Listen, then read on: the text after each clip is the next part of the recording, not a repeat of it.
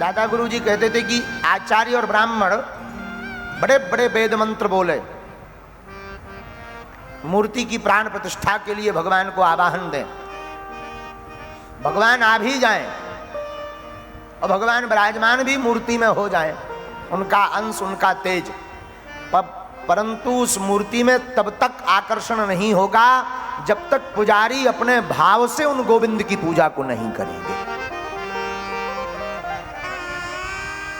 और फिर गुरुदेव भगवान बोलते हैं कि मंत्रों की प्राण प्रतिष्ठा हो या ना हो, वेद मंत्र बोले जाएं या ना बोले जाएं, पर अगर भाव से ठाकुर की प्रतिष्ठा कर दी तो ठाकुर उसमें भी प्रकट हो जाते हैं,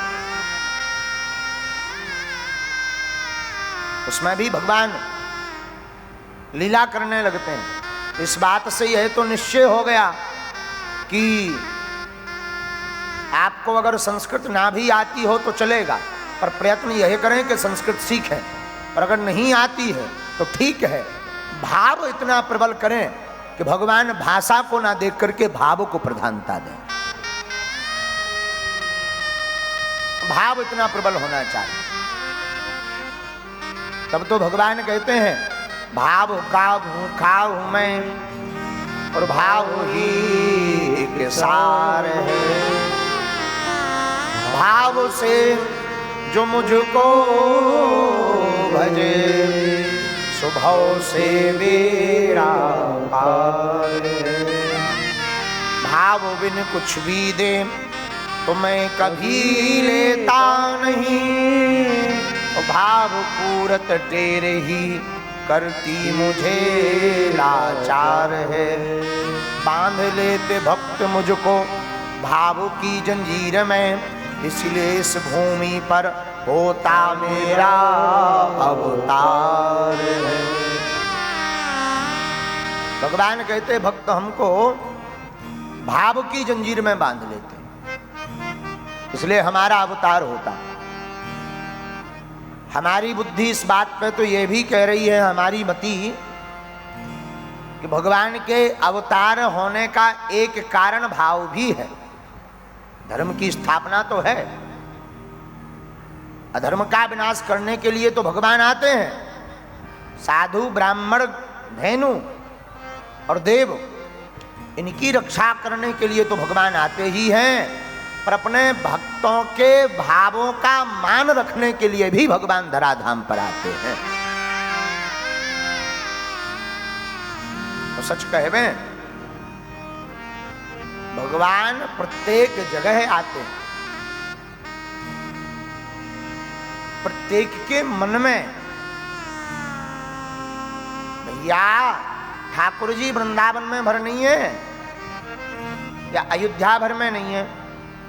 आप सोचो कि केवल अयोध्या जी में है, आप सोचो कि केवल वृंदावन में है। ठाकुर जी तो जहां आपका भाव प्रबल भया, सोई ठाकुर जी वहीं प्रकट भय। आप मन में भाव रखो कि ये वृंदावन है, तो समझना वृंदावन जैसे ही अनुभूति होने लगी।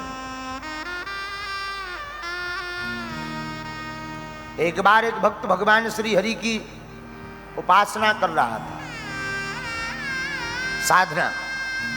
साधना करते करते देवर्षि नारद जी निकले। उसने कहा महाराज कहाँ जा रहे हो? नारद जी ने कहा कि भगवान के पास जा रहे हैं, हमारा तो काम ही है घूमना। तो उस भक्त ने कहा आप भगवान के पास जा तो रहे ही हो, एक काम और कर दोगे कृपा करके हमारा? क्या? हाँ हाँ बोलो भाई, क्या काम करना है? उस भक्त ने हाथ जोड़कर कहा सरकार की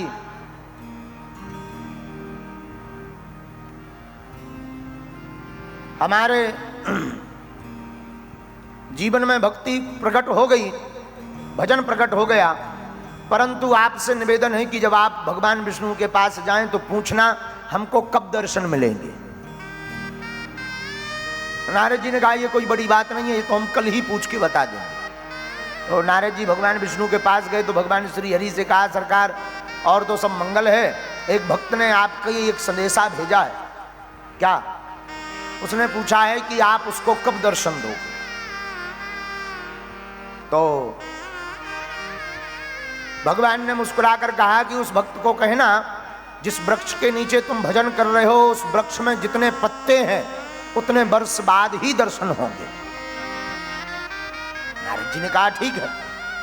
नारद जी ने आकर वापस बता दिया कि आपको भगवान ने खबर भेजी है, पक्की खबर है कि जितने इस वृक्ष में पत्ते हैं उतने वर्ष बाद आपको दर्शन होंगे।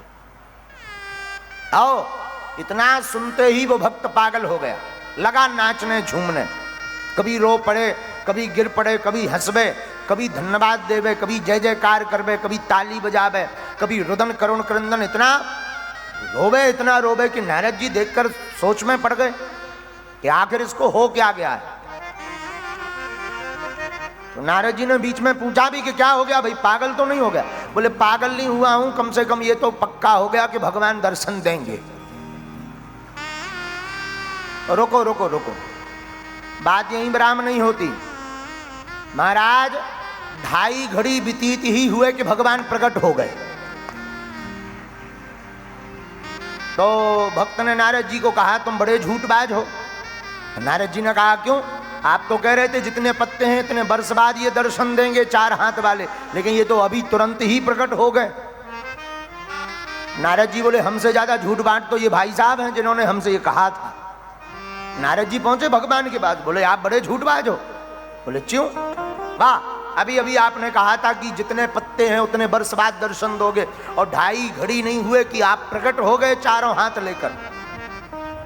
भगवान ने मुस्कुराकर कहा देखो भाई नारद, वैसे तो सच था, जिस प्रकार से ये साधना तपस्या भक्ति कर रहा था इतने वर्ष बाद ही हम दर्शन देते, पर लेकिन इसने जैसे ही सुना कि भगवान हमें दर्शन देंगे, इसने अपनी प्रगाढ़ता इतनी बढ़ा दी कि हमें रहा नहीं गया और हमें 2.5 घड़ी में ही प्रकट होना पड़ा।